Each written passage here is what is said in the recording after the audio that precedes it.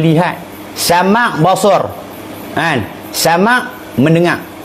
Basar melihat. Kalam berkata. Kan? Kudrat berkuasa. Kan? Nampak tak? Jadi tujuh.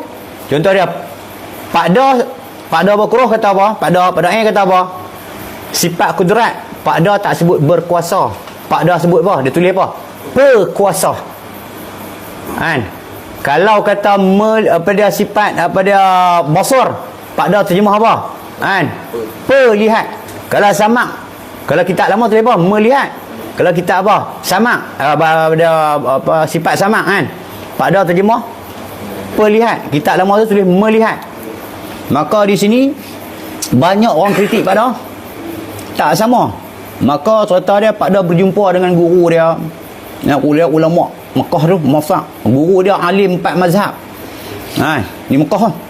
Tok guru dia kata apa? Apa yang kamu tulis ni, aku sebagai pembela kamu. Benak pada ilmu lughah. Jadi adakah ulama dulu karang tak kena? Kena. Jadi ulama tu karang kata dia, kan? Depa faham maksud sifat tu. Kan? Jadi orang yang mengaji ikut tak faham. Kan? Jadi pada ni dia repair. Contoh dia kata apa? Contoh kita sifat basar. Sifat basar pada dulu tulis apa sifat ma'ani Allah Taala melihat. Pada dalam kitab Baqarah tulis apa? Kan?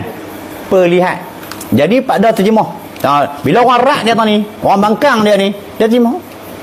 Sebab apa dia kata dia ni, aku ni, contoh lagu tu lah dia sebut kan. Aku ni tak kata melihat, aku kata perlihat. Tuan-tuan dah. Jadi cerita dia kalau melihat, kalau kita ngaji ilmu lughah Arabiah dia kata guna. Melihat dengan mana fi'il. Betul tak? Kita ngaji dah apa 3 perkara benda basic lughah. Fa'il, fi'il, maf'ul. Fa'il tuan. Kan? Tuan nampak tak? Fi'il perbuatan, kelakuan, kerja kita. Kan? Kerja boleh, perbuatan boleh. Kalau maf'ul hasil, mahasala bil masdar. Jadi nak abang, sifat ma'ani yang ada di zat Allah ni, adakah dia bila kita sebut basar tu sifat. Bila sifat, bila kita tulis, kita sebut apa melihat, adakah sifat tu melihat? Tak.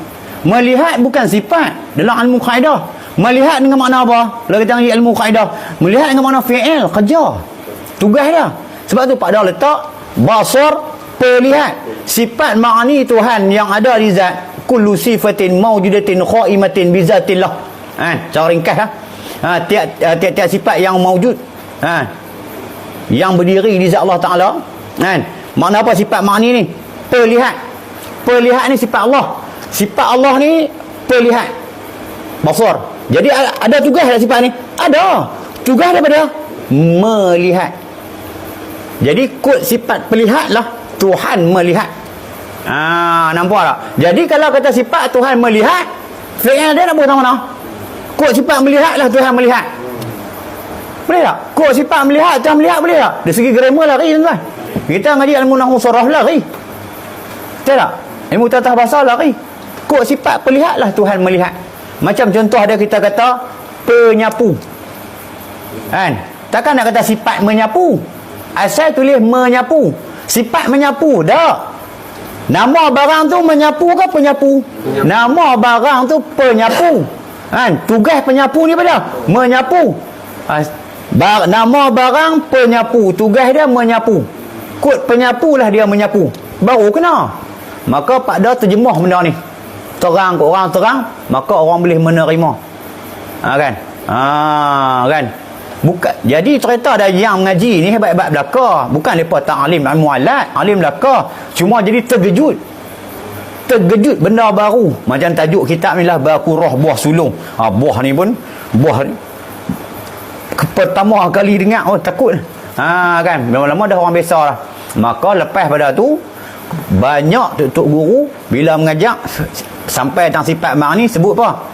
Perlihat, perdengar, perkuasa, nampak tak? Perkehendak, nampak tak? Kan? Perkata, nampak tak? Bila sebut nama sifat mesti ada tugas sifat. maka sah fa'il dengan fi'il. Tidak? Di sini kitab ni kerang dulu isu besar ni. Dalam dunia tiba-tiba sabit buah ni. Bukan dalam Kedah weh. Pakda ni pengarang kitab, dia ulama Mekah. Semua main mengaji kat dia. Maka dia rombak. Faham nak rombak? Rombak kabinet pun penin dah. Ni rombak ilmu Suluddin weh. Kan? Maka bila bincang semua kena. Itulah mula sifat. Mana ni sebut lihat perkuasa apa semua. Nampak tak?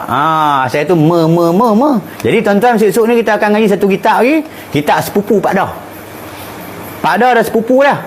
Sepupu Pakda nama apa? Syekh Ahmad Zain. Syekh Ahmad Zain. Kan? Jadi Syekh Ahmad Zain ni dia abang sepupu Pakda. Jadi Pakda, masa Syekh Ahmad Zain dah tua dah, berumur dah, Pakda baru kecil. Tuan-tuan dia. Jadi Syekh Ahmad Zain ni dia kerang kitab apa? Kitab Faridah. Nama penuh kitab tu Faridatul Faruid fi ilmi akhuid. Siapa dia Syekh Ahmad Zain ni? Tuan-tuan dia. Dialah guru Tok Kenali. Tok Kenali pergi Mekah tu ngaji kat dia 25 tahun. Tok Kenali pernah keluar satu kalam dalam kitab. Saya tengok dalam kitab lah. Ada satu riwayat dalam kitab. Tuan-tuan, Tok Kenali pernah berlafaz. Mafhum macam ni ya. Kalau aku tunggu lagi nak ambil perhabis ilmu Syekh Ahmad Zain, aku tak balik Kelantan mengajak lah. Jadi kitab mula-mula sebut itu. Tak sebut sebut me. Jadi adakah ulama dulu tak erti? Lepa ni tuan-tuan memang boleh tak erti. Pakar, alim. Lepa tu erti. Cuma ulama lah dia ihtimal. Dia kata apa? Ihtimal apa? Lepa tulis atas jalan tasamuh, mudah-mudah. Kita kena ihtimal tu baru kita ada adab. Dan jangan tak ada adab tu guru Sehari mengaji kelam. Lepa tu orang soleh. Nampak ni? Ada soalan tak ni? Jadi tentang tu. Maka kita sambung sikit lagi, tengok. Faham kita ni? Dia kata tang mana aduk dah tahu. Bagi tiga Pak. Berapa tempat tu? Bagi kedua. Bagi kedua. Tapi patut bagi tiga lah.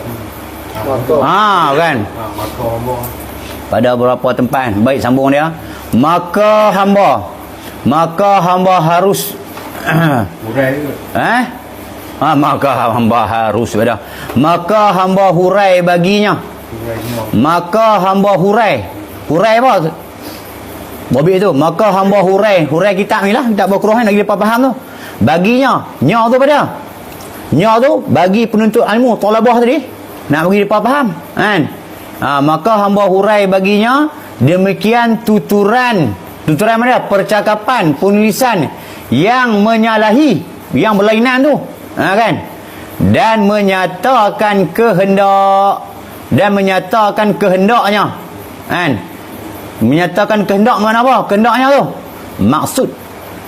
Menyatakan kehendaknya makna apa? Maksud. Adapun tu murad. Nampak tak? Kan?